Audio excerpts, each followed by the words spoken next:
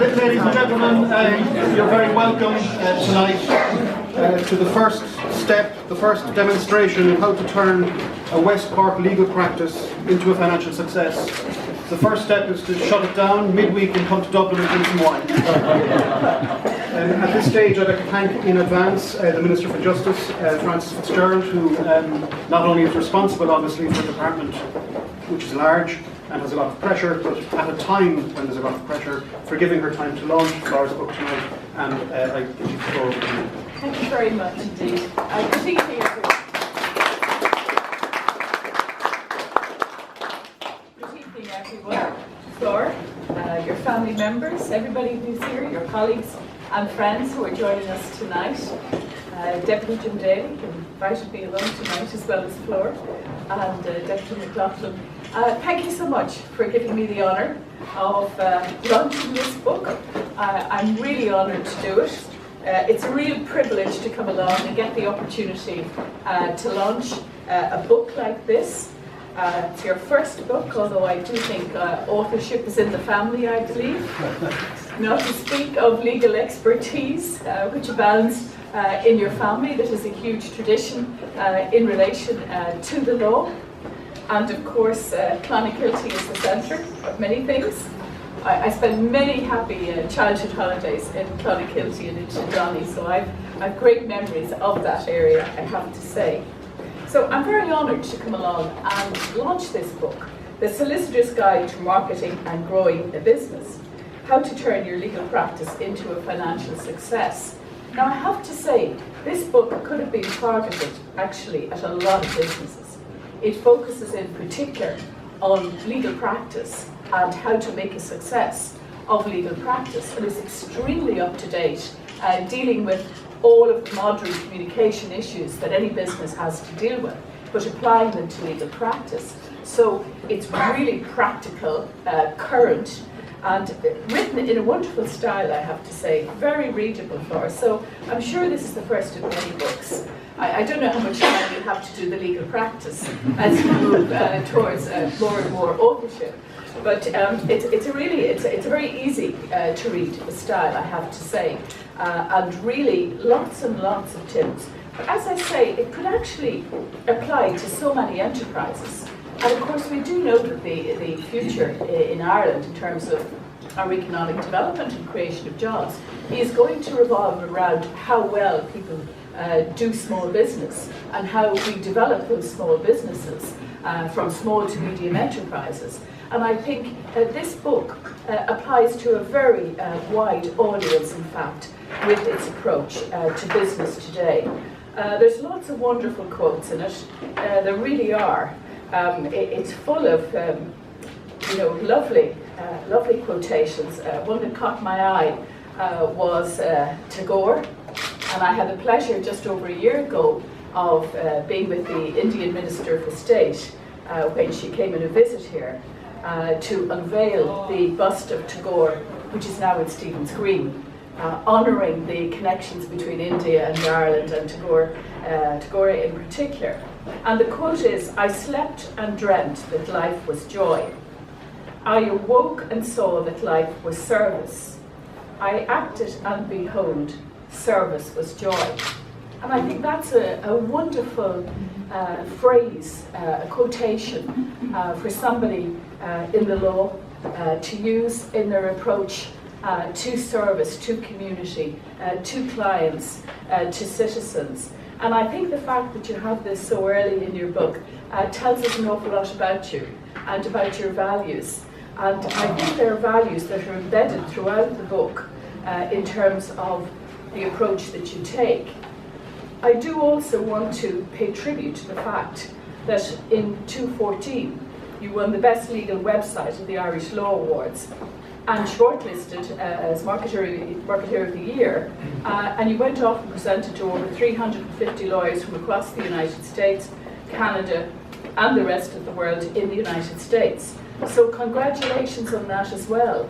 I was at the Irish Law Awards just last week, and certainly to see the wealth of talent and experience that we have amongst the legal profession in Ireland, and to see those who are being awarded It's very prestigious indeed, and well done to you in relation to that.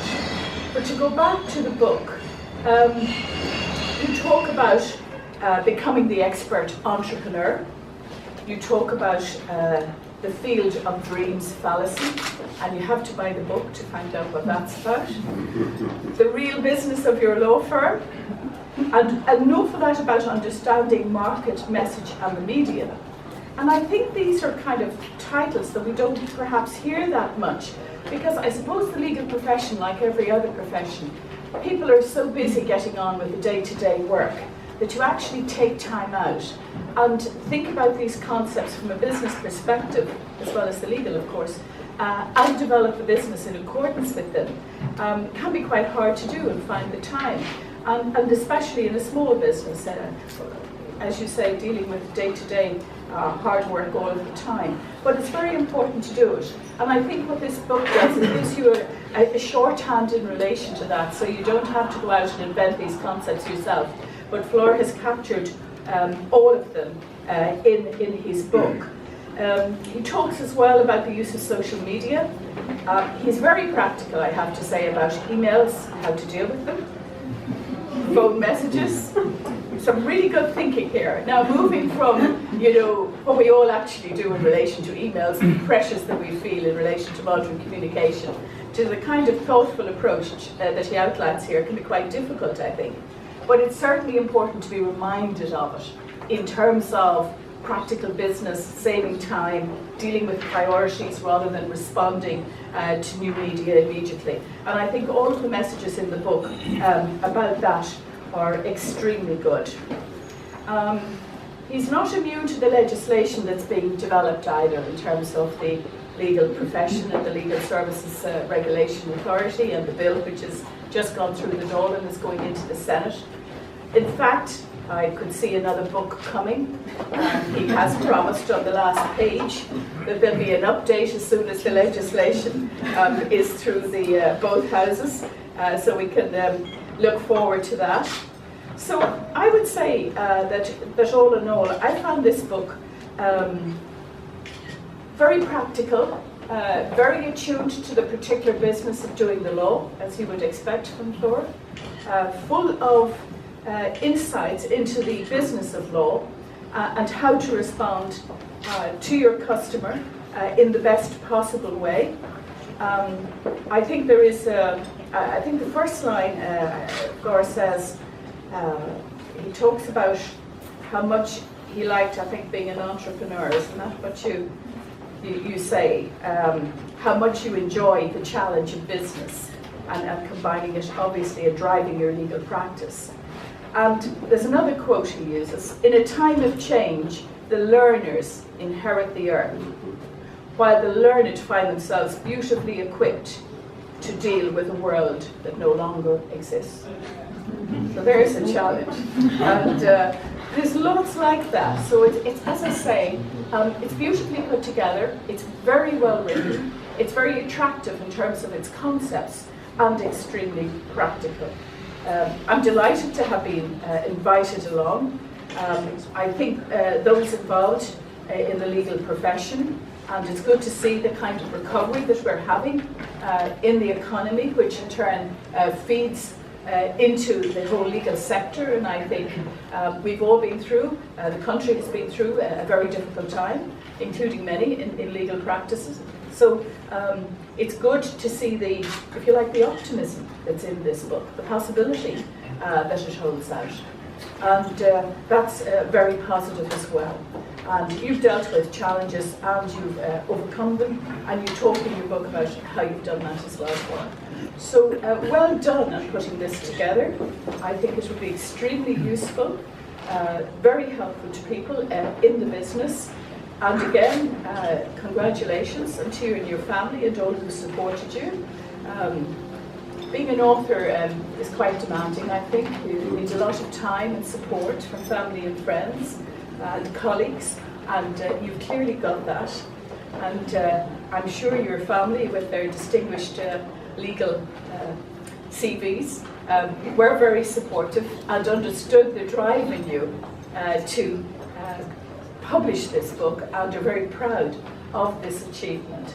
And it gives me great pleasure to be here tonight to formally launch your book, Flor. And thank you very much for inviting me to do so.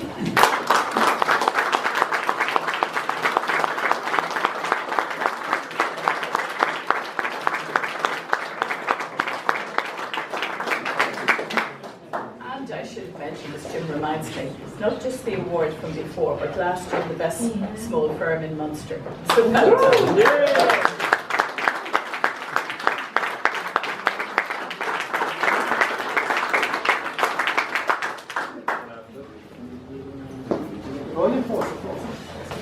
Well, first of all, I would just like to thank the Minister so much for coming and for honouring us here this evening. I really am deeply humbled by what she has had to say. It was such a thorough reading and appreciation of the book. I really, as I say, frankly, I'm humbled and extraordinarily honoured by her kind words.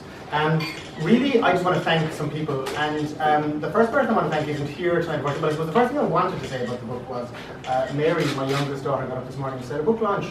What's that? Are you going to send it into space?" I said, well, we might as well give it a go, you know.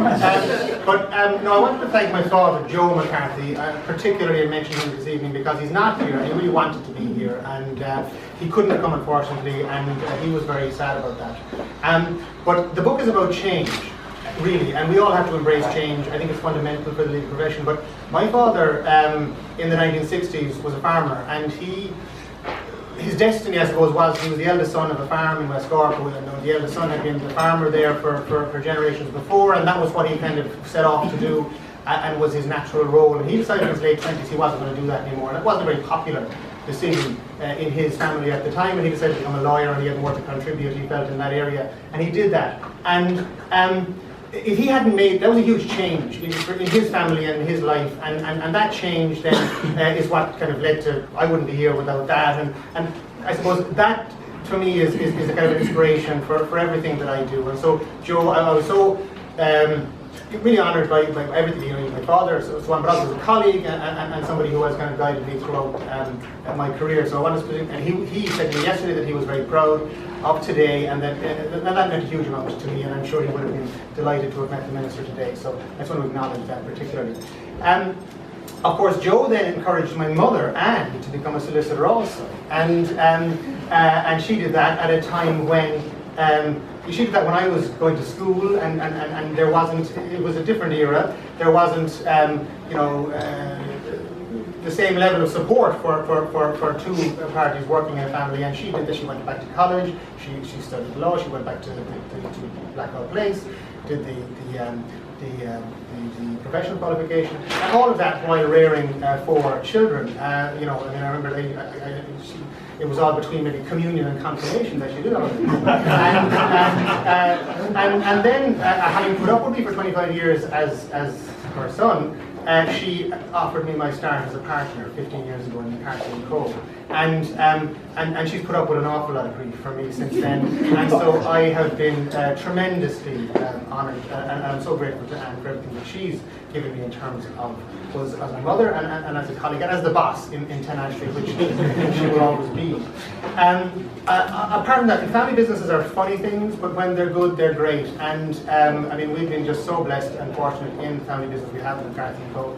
And I've been so supported by John, my partner in business, Joseph, my other brother, who is an associate in the business. But of course, while it's a family business at its core, it's a family business in a much wider sense, in that really we do have a kind of a family of a great team of people in Laura and Deirdre and Sophia and Liam and Mags, of course, who I'll come to in a second. But the business that we have have been tremendously supportive of me to do this, so I just thank them for everything they've done.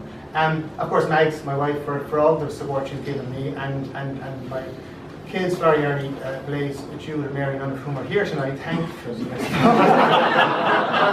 I really love, and who put up with an awful lot of, I can't do that, we can't do that, I just got to finish this, and so there was an awful lot of kind of deferred stuff while this went on. So that really is all I want to say in terms of thanking everybody. There's also many, I want to thank Tara Murphy particularly for everything, for organising the event tonight, and she's been tremendously supportive. After you've bought a copy of the book, You can have a look at the art. I really think we're going to some of that. Because that's what is on sale here as well. Apart from that, the book itself, I guess, it is about change. I do think we need to change as lawyers. The minister spoke beautifully at the Law Awards last week about the role and the function of the law and the importance of the law for the citizen. And as solicitors, I mean, there's 92% of the profession is 5 lawyers, or 5 partners or fewer, small firms. And they're the firms that have been hit the hardest by the recession. The big firms, the big law has moved on into a different gear. And the Fitzpatrick report the Law Society issued last November showed that the small firms have really been hammered over the last 7 years of recession. And of course, things are getting a little bit better now, and they hopefully will get a lot better. But being dependent on things just getting better in the economy on its own isn't sufficient, and we shouldn't allow it for that to be the sole determinant of whether or not business improves, is whether or not there's external changes which we can't control. So we have to take control ourselves and make changes ourselves to our business. And lawyers have been, I suppose lawyers are slaves to precedent, and this is the way we've always done things, and so therefore this is the way things must always be done. But while that might be good for stare decisis, it is not a good way of running businesses, necessarily. Insofar as, you need to look and see what's good, what isn't, what's working, what's not working, and let's change and improve. And we serve which is the one you see if you're familiar with air travel, which is, in the event of a cabin pressure loss, you'll have the mask will fall from the ceiling, but put on your own mask before helping others, right? So you can't help anybody else unless you have got a good, sustainable, viable business yourself. And so if we're going to have small firms in Ireland for the long term, we're going to have profitable, viable, sustainable small firms, and they're going to have to run like businesses, and they can be run like businesses, and we can have. I mean, you hear lawyers saying, "Oh, it'd be a great job running with the clients. There's got to be an easy way to earn a living." It doesn't have to be like that. We can work with people that we like working with, who are more profitable to work with, and who provide us with more satisfying jobs. It can be more money, less hassle, and generally more enjoyable with the life outside of it. So that's what the potential is. And I thank you for coming. Thank you all for coming. And I'm sure I haven't thanked somebody who I should have thanked. And here is a general thanks to everybody. So enjoy the rest of the evening. And thank you.